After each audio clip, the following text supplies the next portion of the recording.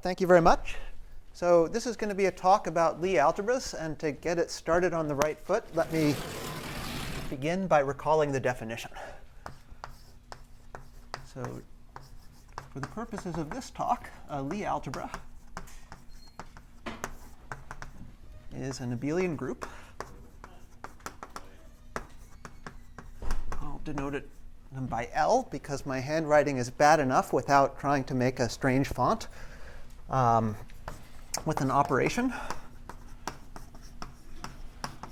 a bilinear operation, denoted by bracket from L cross L into L, satisfying two properties. First, this is skew symmetric. So for any pair of elements x and y, x bracket y plus y bracket x is equal to 0.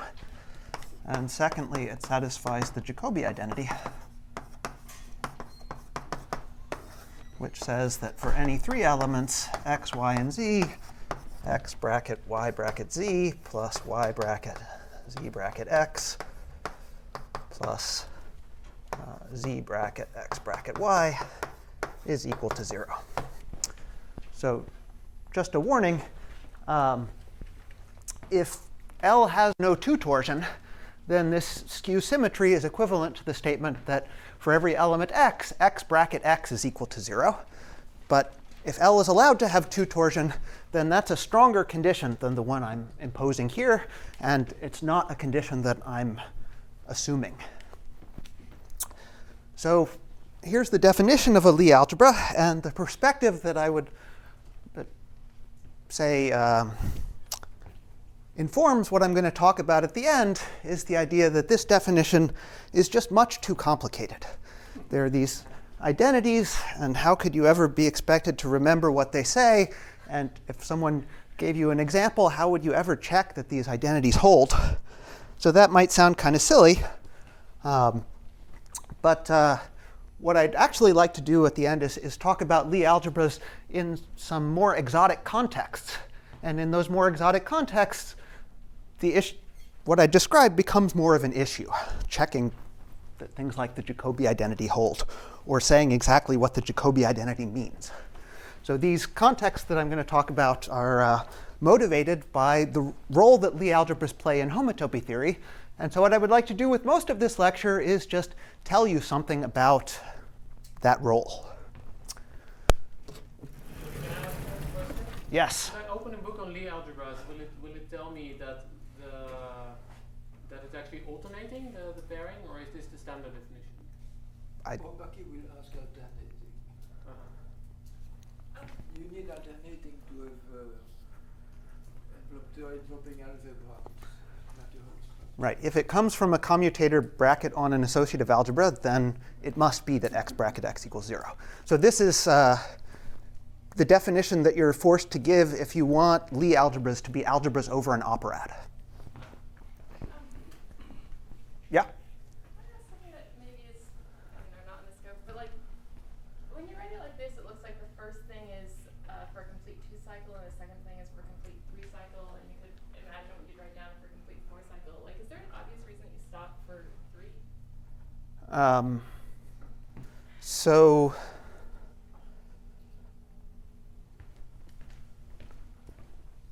not sure how to answer that, but maybe there will be something like an answer later on in the talk. Maybe hold that thought and maybe ask again at the end of the lecture. So, OK, so let's recall a little bit about how Lie algebras first arose in mathematics.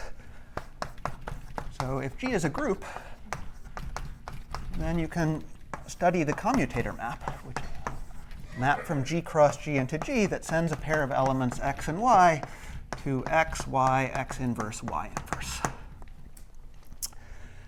And now, if G is a Lie group, meaning it's a group which also has the structure of a smooth manifold, and the group operations are all infinitely differentiable, then you can differentiate this commutator map at the identity.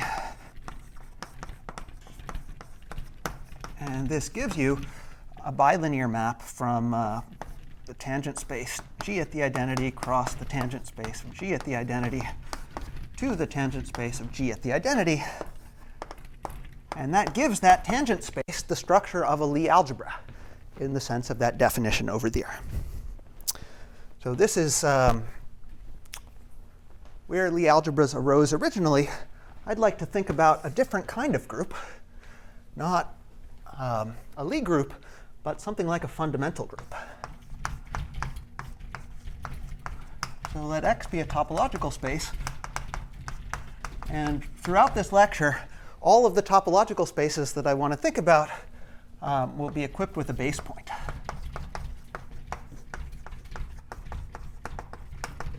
X and X. And then I can contemplate the fundamental group of X, meaning the fundamental group of X with my chosen base point. That's an example of a group. And recall how this fundamental group is defined. It's the set of homotopy classes of loops in X that begin and end at the point little x. So another way of describing this is it's pi 0 of another space, connected components of a space which is typically denoted by omega x. This omega x is called the based loop space of X. So this means the set of continuous paths, the unit interval into X, satisfying the condition that they begin and end at the point x. And well, the group structure on the fundamental group, it comes from a structure that you can see at the level of this loop space. So omega x has an operation, let me call it star for concatenation, omega x cross omega x into omega x.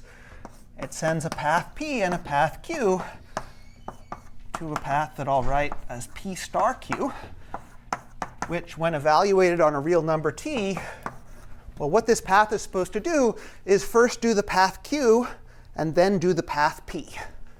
So if you want that to be parameterized by the same unit interval, you should speed up your parameterizations of the paths p and q. So for the first half of the interval, you do q at double speed. And on the second half of the interval, you do p at double speed. And so this operation, well, it's not associative. But nevertheless, it induces an associative multiplication on the set of connected components. This is how you multiply elements in the fundamental group of X. And you should think that this is just a technicality. Right? Even though this operation is not associative on the nose, it's associative up to homotopy. And in fact, there are ways of modifying this space a little bit to get an operation which is associative on the nose. And similarly, there's an inversion map. I'll write it as p goes to p bar, where p bar of t, well, p bar is just supposed to be do the path p, but in reverse. So this is p of 1 minus t. And well, this implements the operation of taking the inverse in the fundamental group. And it's defined on the, well, at the level of topological spaces on omega x. And so what you should think is that this group structure on the fundamental group comes more or less from a group structure on this based loop space, omega x. It's not quite a group the way that I wrote it, but that's a technicality. And so, well, if omega x was a group, we would be able to contemplate this commutator map. Omega x cross omega x going to omega x. And, well, you can contemplate it even without this being a group on the nose. You could take a path p and q to, well, p star q star p bar star q star bar. And, well, if classically you get a Lie algebra by taking that commutator map and differentiating it at the identity, well, that has a counterpart here, which is this map at the level of connected components. It's implementing the usual commutator on the fundamental group of X. But something you can do instead is to consider what this does on the higher homotopy groups of omega x. So this induces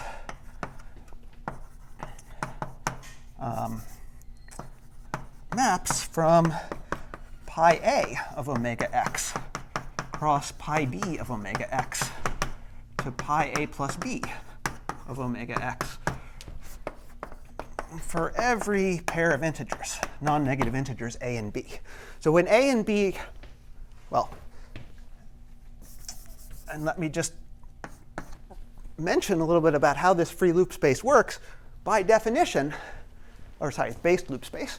By definition, this based loop space is a space whose connected components are the fundamental group of x. So pi 0 of omega x is pi 1 of x. And more generally, pi a of omega x for any a is pi a plus 1 of the space x. So you can think about this operation as taking you from pi a plus 1 of x cross pi b plus 1 of x into pi a plus b plus 1 of x. So this operation is typically denoted by a bracket, and this is called the Whitehead bracket.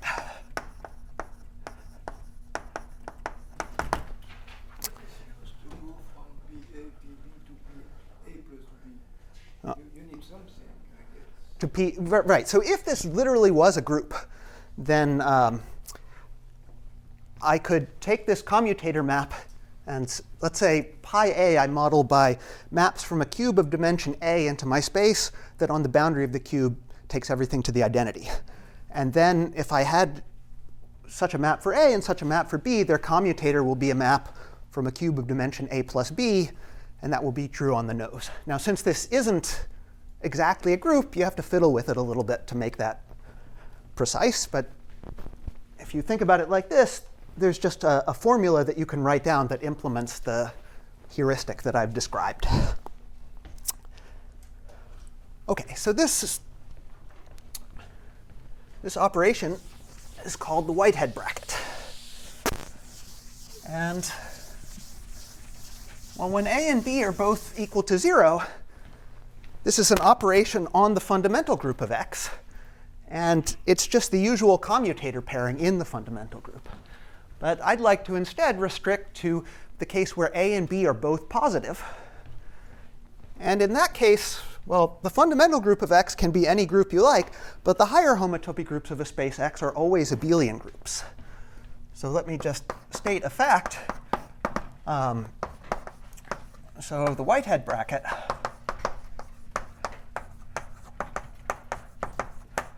endows,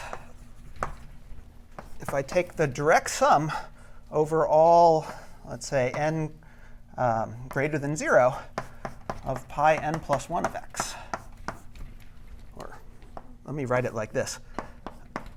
I'll say L star is, well, L sub n. I mean, if I take L sub n to be pi n plus 1 of x, and then I let L star be the direct sum over n of these L sub n's. So it's the direct sum over all n greater than 0 of pi n plus 1 of x. Endows this with the structure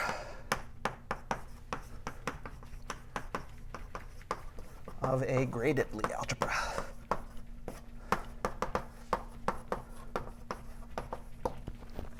So let's go back over here.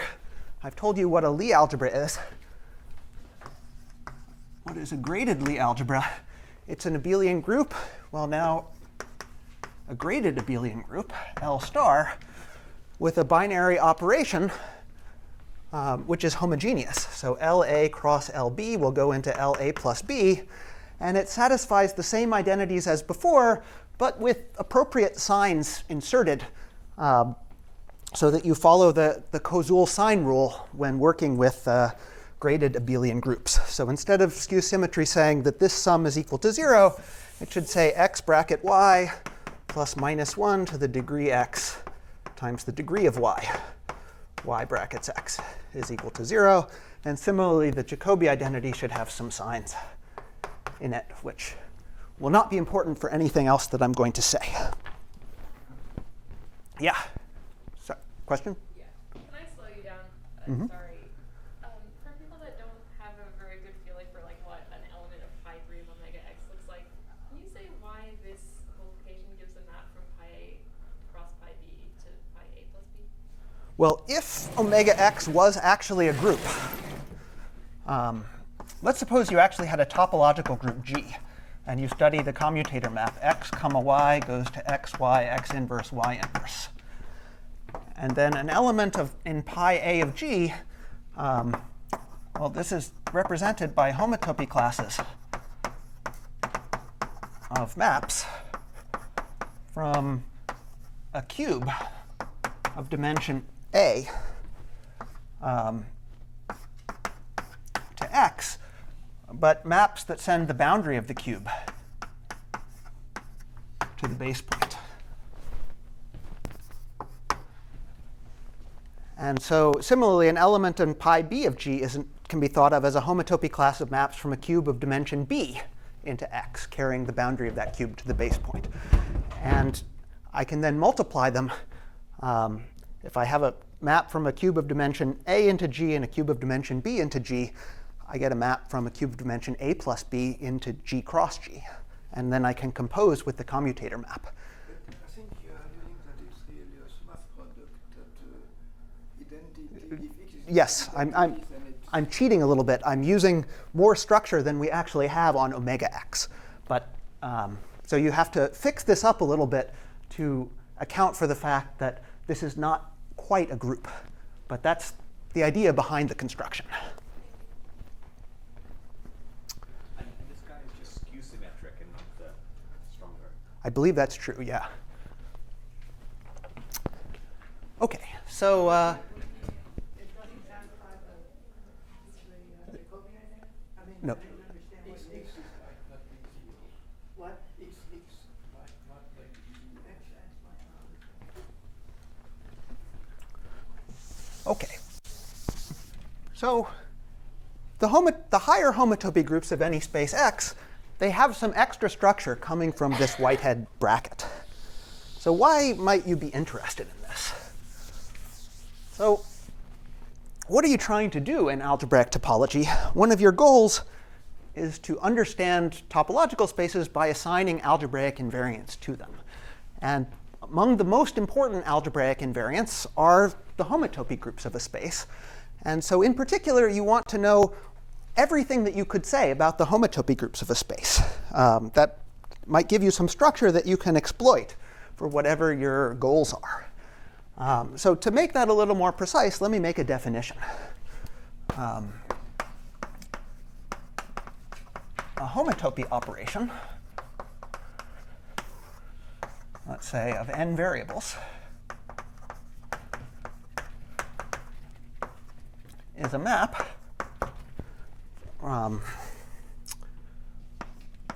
which goes, well, I should say n variables and arity a1 through an to b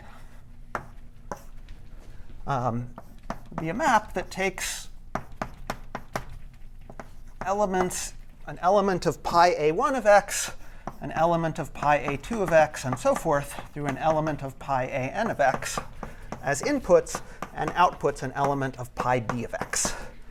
And moreover, you should have this structure for every pointed topological space x, and it should depend naturally on x. So an example we've just seen is the Whitehead bracket. So Whitehead, Jacobi identity is true. the Jacobi identity is true with appropriate signs inserted. There are signs again. There are signs, yeah. So the construction of the Whitehead bracket gives two variable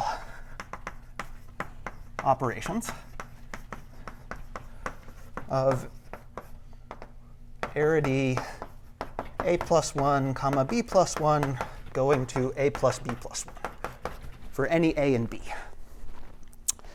And so if I said you would like to know what you can say about the structure that you see on the homotopy groups of a space, these homotopy operations sort of by definition are the answer to that question. These are, if you understand what homotopy operations are, and you understand what structures you expect to see on the homotopy groups of any topological space X. So let me give another example of a homotopy operation. So let F be a map of spheres from Sn to Sm. Let's say even a pointed map. Then F defines a homotopy operation of one variable.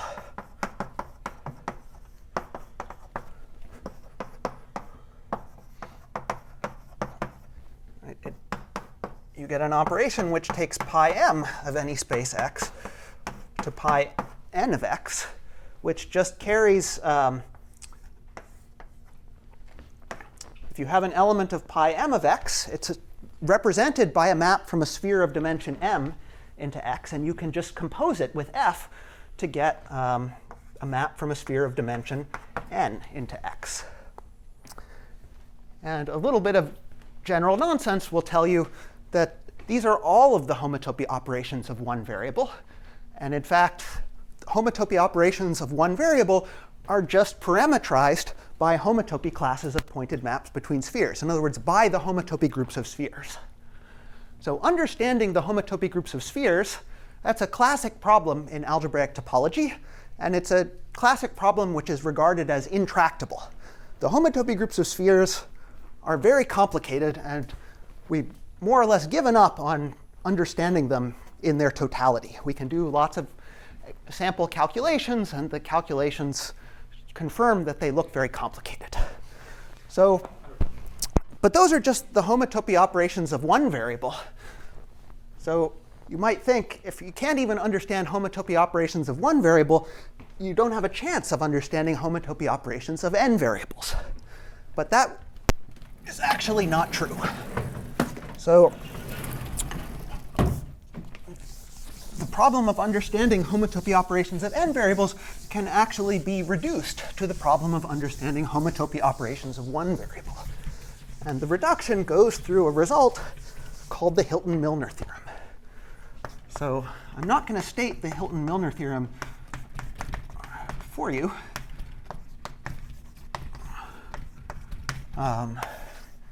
Well, let me paraphrase it instead. It says that all homotopy operations can be built from one variable operations using the Whitehead bracket.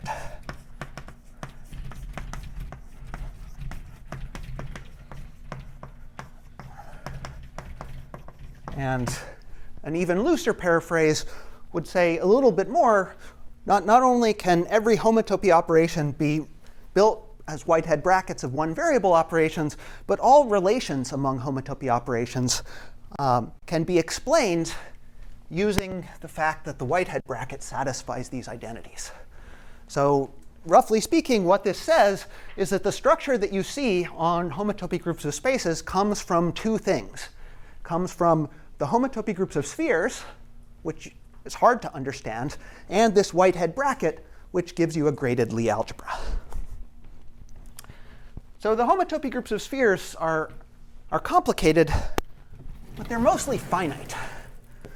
So one way that you can simplify the story is by trying to understand only the rational homotopy groups of spheres. And those are easy. I'll write them down for you right now. So if you have a sphere of dimension n, and you're interested in its homotopy groups, and you're willing to tensor with the rational numbers, what does this look like? Well, if in degree n, you just get a copy of the rational numbers. A generator is represented by the identity map from the n sphere to itself. Now, another element that you can write down is the Whitehead bracket of the identity with itself.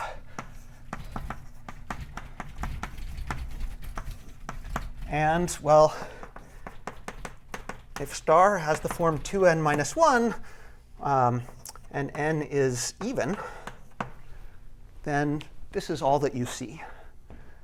And if n is odd, this is forced to vanish by skew symmetry. And that's all you get.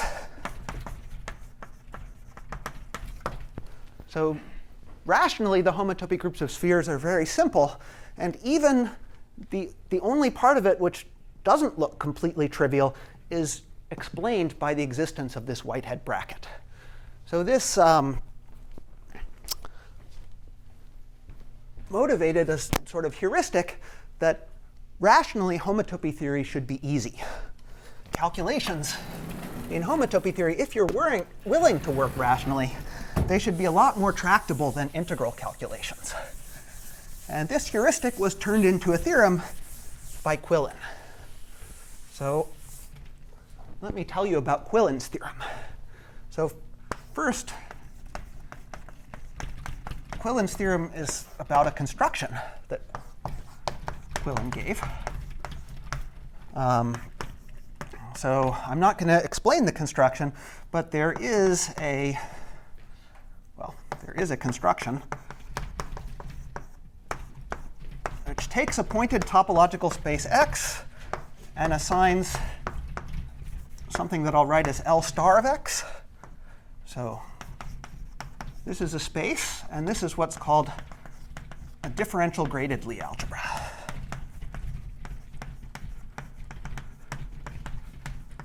Okay, so I've told you what a Lie algebra is, and I've told you what a graded Lie algebra is. So now I've not given myself room. What's a differential graded Lie algebra? Well, it's a pair L star comma D, where L star is a graded Lie algebra in the sense that we've already defined. And, well, D is an operation. It's a map from L star to itself that lowers degrees by 1. Having two properties. First, it makes L into a chain complex. So the square of this differential D is equal to 0. And second, it's compatible with the Lie bracket in the sense that if you differentiate x bracket y, what you should get is dx bracket with y plus or minus x bracket dy, where the sign depends on whether the degree of x is even or odd. So let me just remark that if you have a differential graded Lie algebra, it's in particular a chain complex. And you can take the homology of that chain complex. So I'll denote that by h of L star comma D. And this implies that this compatibility between the differential and the Lie bracket guarantees that when you take homology, the Lie algebra structure survives. So the homology inherits the structure of a graded Lie algebra.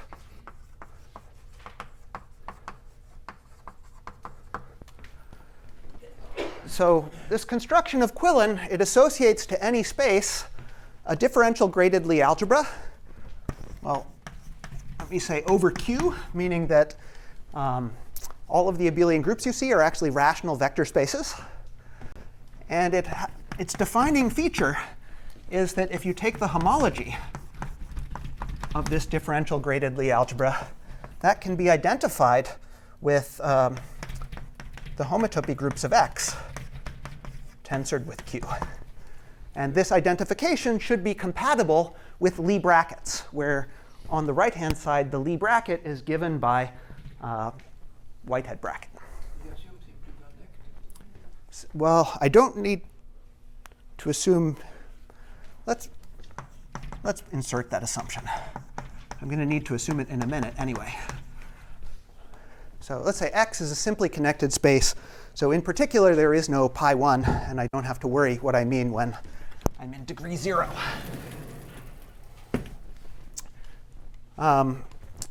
So there's a construction which does this. And well, moreover, this construction doesn't lose a lot of information. So to be more precise about this, let me introduce a definition. A map F of pointed topological spaces. And for simplicity, I'll assume that those spaces are simply connected.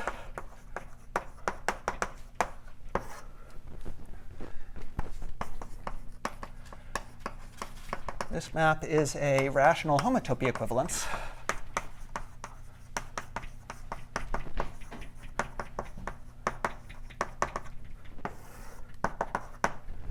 If it induces an isomorphism.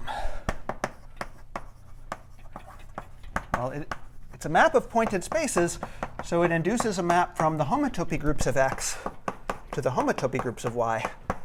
And we say that it's a rational homotopy equivalence if when you tensor with Q, that's an isomorphism. And, well, this, it turns out, is equivalent to saying that F induces an isomorphism from the homology groups of X with rational coefficients to the homology groups of Y with rational coefficients, or that it induces an isomorphism from the cohomology of Y with rational coefficients to the cohomology of X with rational coefficients. So all of these are equivalent ways of expressing the idea that X and Y look alike rationally. And, well, by virtue of what I said up there, this is also equivalent to saying that F induces a quasi-isomorphism from the differential graded Lie algebra associated to X to the differential graded Lie algebra associated to Y. So recall that a map between chain complexes is said to be a quasi-isomorphism if it induces an isomorphism on homology. So this equivalence is just because the homology of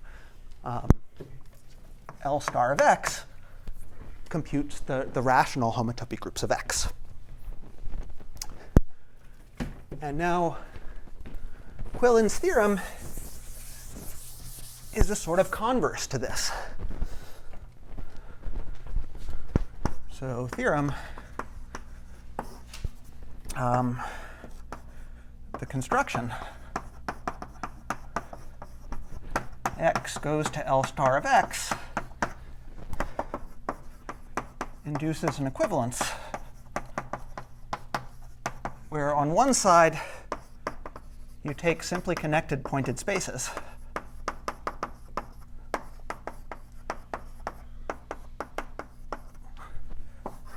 and you invert all of the rational homotopy equivalences.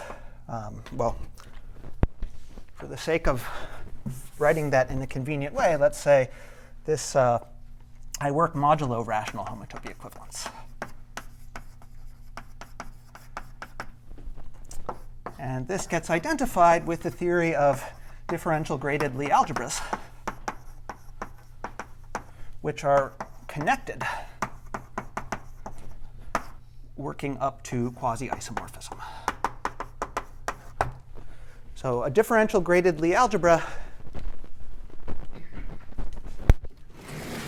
a connected differential graded Lie algebra, is a differential graded Lie algebra such that L star is equal to 0 for star less than or equal to 0.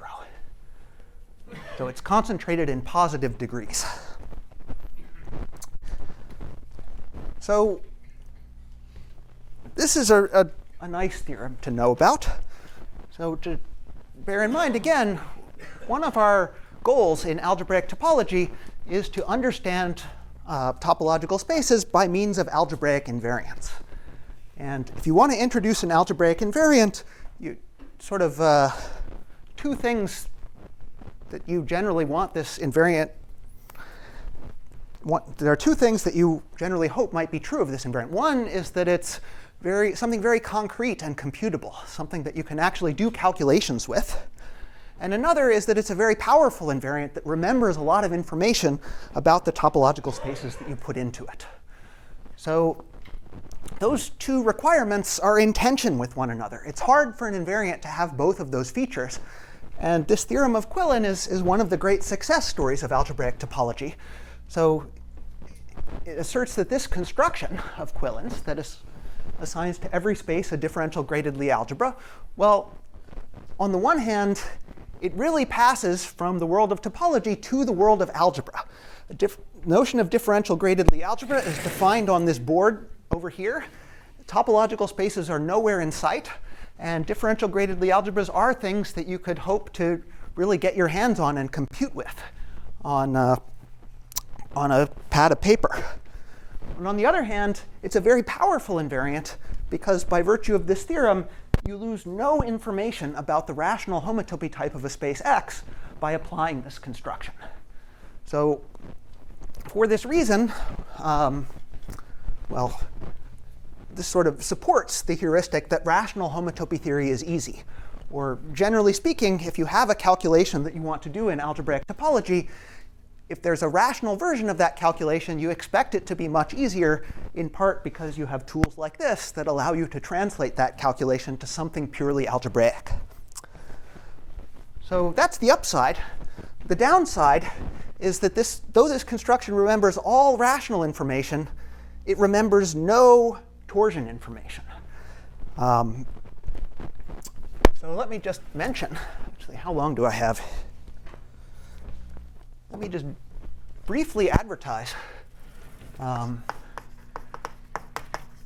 this theorem has a, well, let me put it in quotation marks, a torsion-sensitive generalization, which is due to recent work of my former student, Heis Hoytz, who is visiting the IAS starting today. So I'm not going to tell you any more about this. You can ask him about it. But what it does is give a generalization of Quillen's construction, which captures some torsion information in terms of the theory of Lie algebras. But the fine print is that it's not in terms of the classical theory of Lie algebras, like Lie algebras in the setting of chain complexes. Instead, it's a more exotic theory of Lie algebras, Lie algebras in the setting of spectra. So it's not a construction which translates questions of topology to questions of algebra. Instead, it's more like a construction which translates questions about unstable homotopy theory to questions about stable homotopy theory. So if you didn't understand any of what I just said, don't worry about it. Let's move on back to where we started in this lecture. Yeah? Sorry, I'm lost again. Why is this an equivalence? Like, you told me if I have a topological space, how to get this Lie algebra. But if I have a Lie algebra, is it obvious that it goes the other way? What's the theorem? It's a, you know, Quillin wrote I think it's like a 150-page paper about this construction, and it's in there somewhere. So part of the theorem is that if I give you any connected DB Lie algebra. Yeah, I mean, the theorem includes a concrete procedure for building a topological space associated to a differential graded Lie algebra. Okay, so it goes both ways. It goes both ways, yeah. And apparently it's not obvious. What's that? It's not obvious. It's not obvious. Well, I haven't defined the construction in either direction. No, I'm just advertising things. So.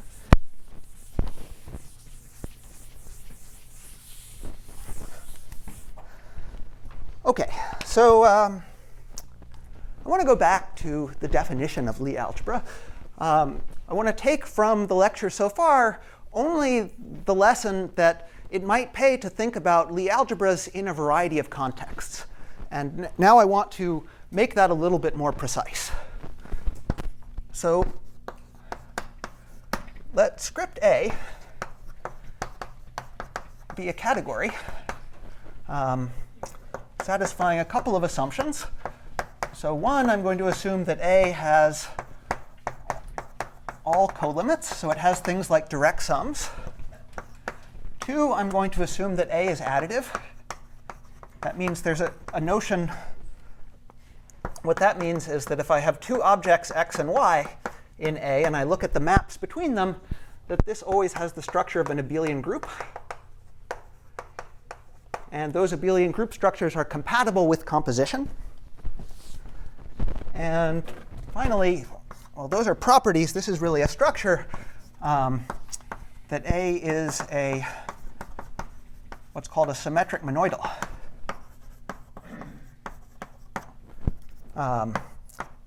Or symmetric monoidal category, or a tensor category.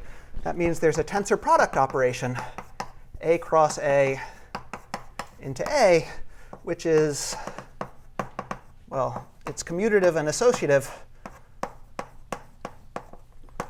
up to isomorphism. And moreover, those isomorphisms satisfy some conditions. And I'm also going to assume that this tensor product preserves direct limits in each variable.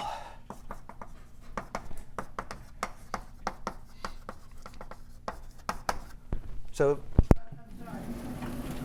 I don't understand. Somewhere built into the definition of category is the homological A sub A of xy. Right. Hom A xy means morphisms from x to y in the category A. So a category has objects, it has morphisms. It's the morphisms in that category. Yep. OK, so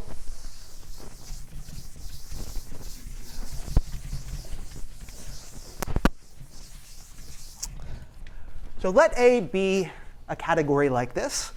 So I just want to copy this definition over here, or the original definition. Yeah. A is the category of abelian groups. So let A be a category, right? Ignoring all of the technical bits of this, I'm just saying A is a category with some notion of tensor product and in which you can add morphisms. That's what you should think of. And what I want to say is that in any such category, you can talk about Lie algebras. So a Lie algebra in A is an object L in A plus a morphism that we call the Lie bracket. Let me denote it by BR for bracket. This is a map from L tensor L into L. Well, satisfying these identities, well, so I'll say it satisfies skew symmetry, which is something that you can write as an equation in the abelian group of maps from L tensor L into L. Right? In the abelian group of maps from L tensor L into L, you have this element called the Lie bracket, and you also have the Lie bracket composed with the isomorphism that swaps the two factors. And the sum of those two maps should be equal to 0. That's what skew symmetry says. And, well, you also impose the Jacobi identity. And that's an equation which takes place in the abelian group of maps from L tensor L into L. And now what are some examples? Well, everything that we've talked about so far. So if A is the category of abelian groups, then Lie algebra objects of A are just Lie algebras in the sense of the definition I gave you at the beginning. And if A is the category of graded abelian groups,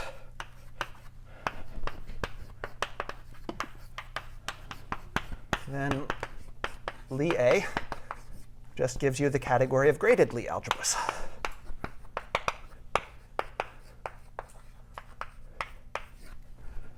And if A is the category of chain complexes of abelian groups, then Lie algebras in A are differential graded Lie algebras.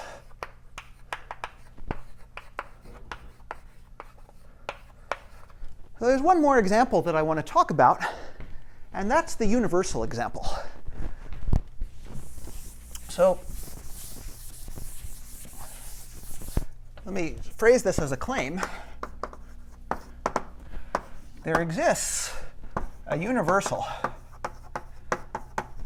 category E. And when I say category, I mean category satisfying all of these features I mentioned over here. It's a tensor category with direct limits and so forth. There exists a category E which is universal with respect to having a Lie algebra. Let me call it L sub u in Lie E. So what do I mean by that? I'm going to erase this. So let A be a category satisfying these assumptions. Actually, let me not erase it. Well, then we can talk about Lie algebra objects of A. And when I say that this is universal, I mean the following, that Lie algebra objects of A can just be identified with tensor functors from E into A, which preserve direct limits.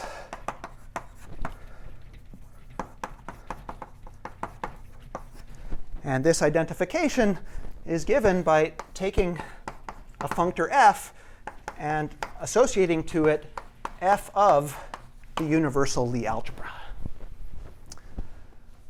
So it follows immediately from abstract nonsense that if there is a category E and a Lie algebra inside it with this feature, then everything is determined up to equivalence. That category is more or less unique. It's not so obvious a priori that there exists such a thing. So just take my word for that for the time being. Let me give you a feel for what this category E must look like. So what kind of objects do you have to have in this universal category E?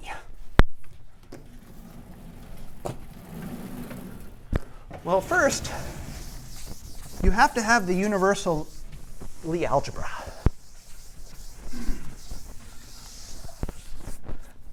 So E has an object, Lu. And, well, E also is supposed to be an example of a tensor category. You're supposed to be able to take tensor products of objects of E. So it has, more generally, objects of the form L sub u tensored with itself n times. And E is also supposed to be a category where you can take direct limits. So in particular, you can take direct sums. So it has objects that you get by taking direct sums of tensor powers of Lu. You could take like a direct sum indexed by some giant set alpha of Lu tensored with itself n alpha times. And, well, that's only exploiting a little bit of your ability to take direct limits. Another kind of direct limit that you're allowed to take is cokernels. So it has objects of the form a cokernel of a map from some big sum of tensor powers of Lu to some other big sum of tensor powers of Lu. And, well, maybe it's not obvious from the definition, but that's it. This is as complicated as things get. So let me just phrase this as a claim. So E is actually an abelian category. And it has these objects that you get by tensor powers of the universal Lie algebra. These are finitely generated or finitely presented projective generators.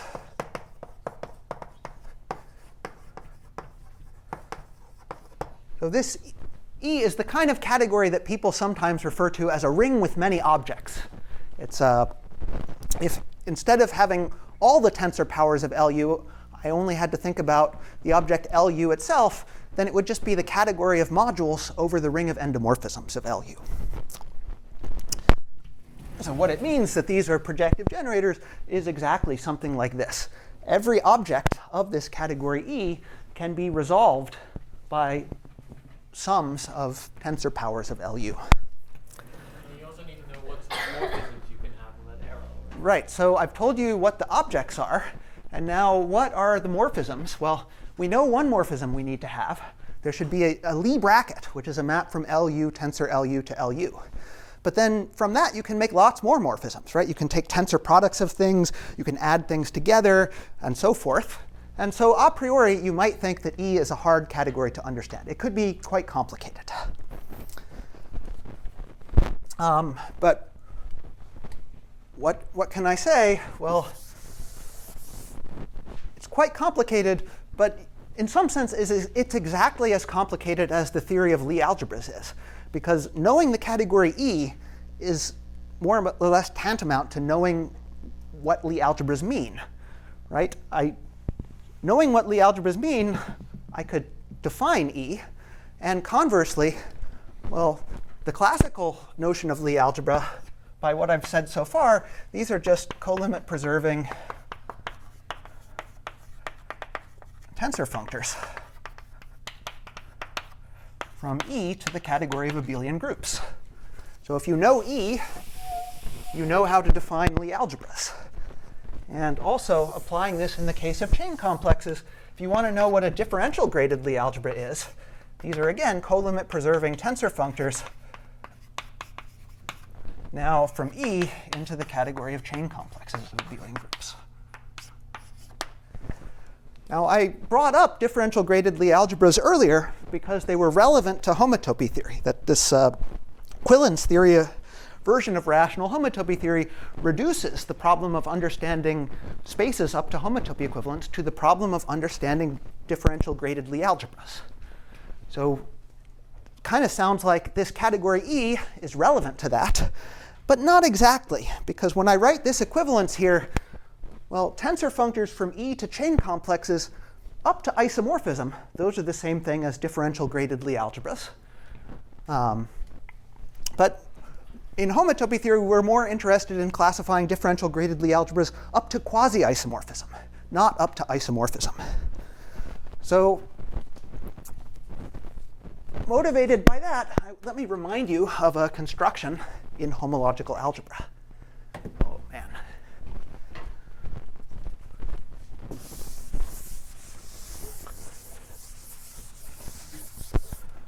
So recall that if A is an abelian category,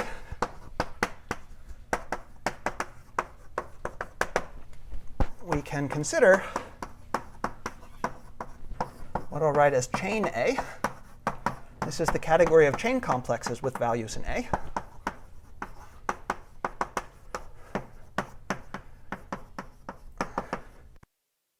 And we can also consider what's called the derived category of A, which is what you get by taking the category of chain complexes and inverting all quasi-isomorphisms. So in other words, you take this category of chain complexes. In that category, you have some morphisms which might not be invertible but induce isomorphisms on homology. And you form a new category in which those morphisms have inverses. So this is called taking the derived category of A. And well, if you were interested in understanding differential graded Lie algebras up to quasi-isomorphism, you might be tempted to try to relate those to tensor functors from the derived category of E to the derived category of abelian groups. So let me just state that. So there is a construction elaborating on the universal property that E has, which goes from differential graded Lie algebras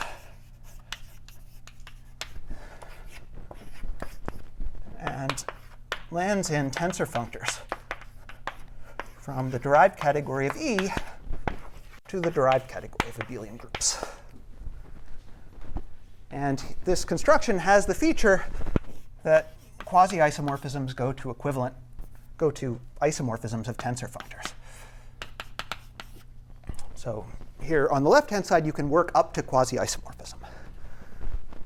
So this is not an equivalence. It's not reversible. Well, let's say this is not reversible if you think of the derived category as an ordinary category.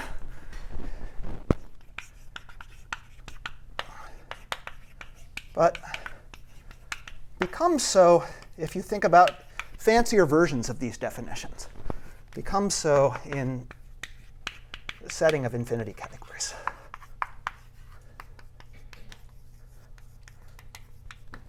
So I don't want to say any more about what that means. I just want it to motivate that if you're interested in studying differential graded Lie algebras up to quasi-isomorphism, then you would be interested in studying this derived category D of E.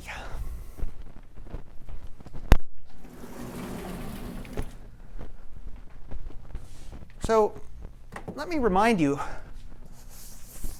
a little bit about this construction of the derived category. So if A is any abelian category, you can think of it as sitting inside its derived category as just by thinking of each element of A as a chain complex which is concentrated in degree 0. But if I just told you the derived category of A as an abstract category, it doesn't know what this subcategory is inside it. So warning, there can be inequivalent abelian categories A and B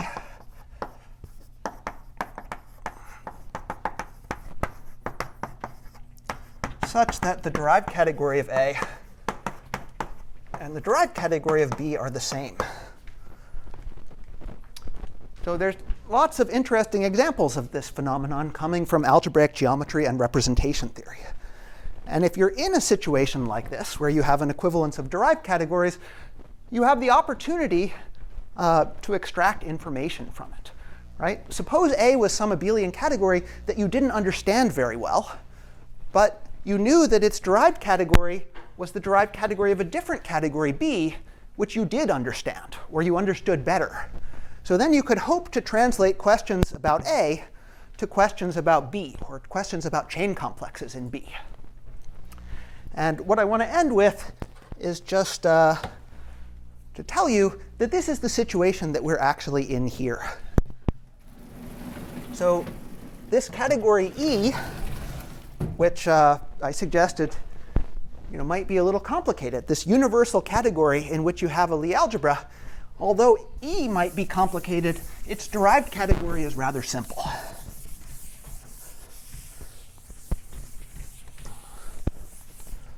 So let me just make a definition.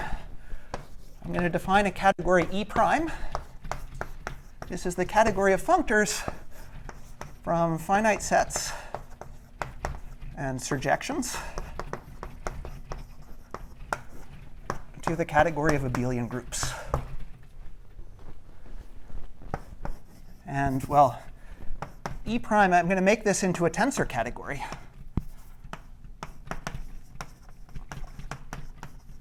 As follows. So let's suppose I have two functors f and g from finite sets and surjections to abelian groups. The tensor product of f and g, or the convolution of f and g, is a functor which, when evaluated on a finite set I, assigns the sum over all subsets j of I of f of j tensored with g of I minus j. So this makes E prime into an example of the kind of category I was talking about earlier. It's a tensor category which is additive, and it has all direct limits. And the claim that I want to end with is that there is an equivalence of derived categories between the derived category of E and the derived category of this E prime. And why might you be interested in this? Well, to define E, you needed to know what a Lie algebra was. You needed to write down skew symmetry and the Jacobi identity. You needed to be in a setting where you could talk about equations and solving equations. But this E prime, it's really defined in a purely combinatorial way. Right? There's no Jacobi identity embedded in the definition of E prime. It's defined in terms of the combinatorics of finite sets. And as a result, what this claim gives you is a way of thinking about Lie algebras which doesn't require you to write any equations. And you can recover the definition of a Lie algebra by first defining this E prime, passing to its derived category, and locating E inside that. But I see that I'm already a little bit over my time. So I think I will stop there. Thank you.